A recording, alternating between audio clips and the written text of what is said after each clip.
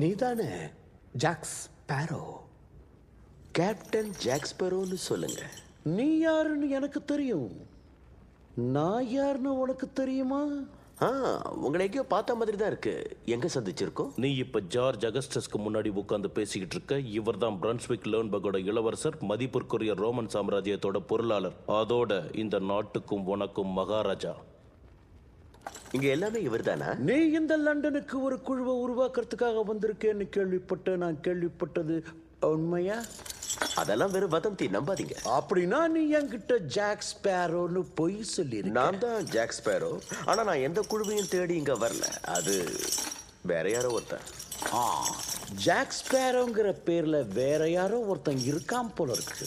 நீங்க தப்பான ஆளை கொண்டு வந்திருக்கீங்க. உண்மையான ஆளை தேடி கண்டுபிடிச்சு கொண்டு வாங்க. இவனை தூக்கி வெளியில எறிங்க.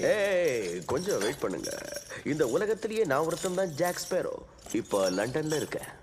ஒரு குழுவை உருவாக்க வந்திருக்க. அப்படியே நீரூற்றுக்கு ஒரு பயணம் போகலான்னு தயவு செஞ்சு எவனாவது ஒருத்தன் இந்த சங்கிலியை அவுத்து உடுக்கலாண்டா.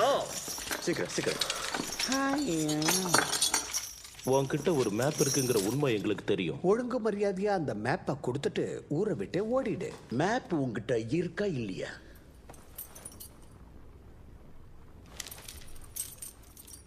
இல்ல. அப்ப எங்க அது? உண்மை என்னன்னா, அதை நான் தொலைச்சிட்டேன். வர்ற வழியில தான் தொலைச்சிட்டேன்.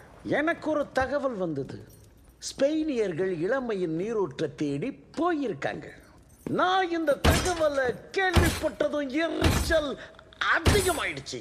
அந்த கிங் ஃபெர்டினாண்ட் சாகாவர அடைய நான் விட மாட்டேன். நீரூற்றுக்கு போற வழி உனக்கு தெரியும்ல? ஏன் தெரியாது? எல்லாம் அதுபடி. அப்படின்னா எங்களை அங்க கூட்டிட்டு போ. தாராளமா கூட்டிட்டு போறேன். ஆனா அதுக்கு ஒரு கப்பலையும் குழுவியும் நீங்க தரணும். ஏற்பாடு பண்ணுங்க. அதோட ஒரு கேப்டனையும் தரேன்.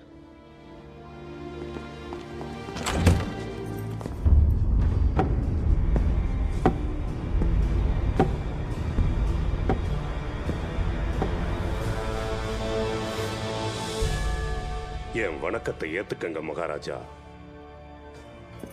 கேக்குறேன்னு தப்பா நினைக்காதீங்க. இவனை ஏன் கட்டி போடாம வச்சிருக்கீங்க? இவன் ரொம்ப ஆபத்தானவன், விளங்க மாட்டுங்க.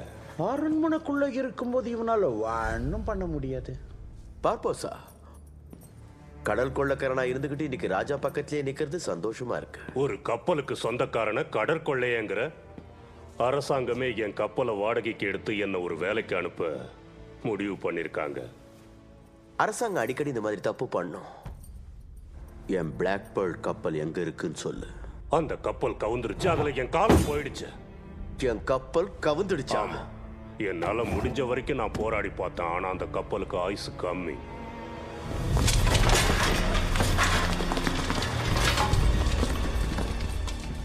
உண்மையிலேயே அந்த கப்பல் கவுந்திருந்தா நீ உயிரோடவே இருந்திருக்க மாட்ட. கேப்டன் பார்போசா, நாம தாமதிக்கிற ஒவ்வொரு நிமிஷமும் ஸ்பெயினியர்களுக்கு சாதகமாயிடும். அவங்க பயணத்தை முறியடிச்சு அந்த நீரூற்றில் இருக்கிற தண்ணியை கொண்டு வந்து கொடுப்பீங்கன்னு நான் நம்புறேன். உங்க நம்பிக்கையை நிச்சயமா நான் வீண் போக விட மாட்டேன். நல்ல ஜாலரா தட்டுற. கேவலமா இல்ல?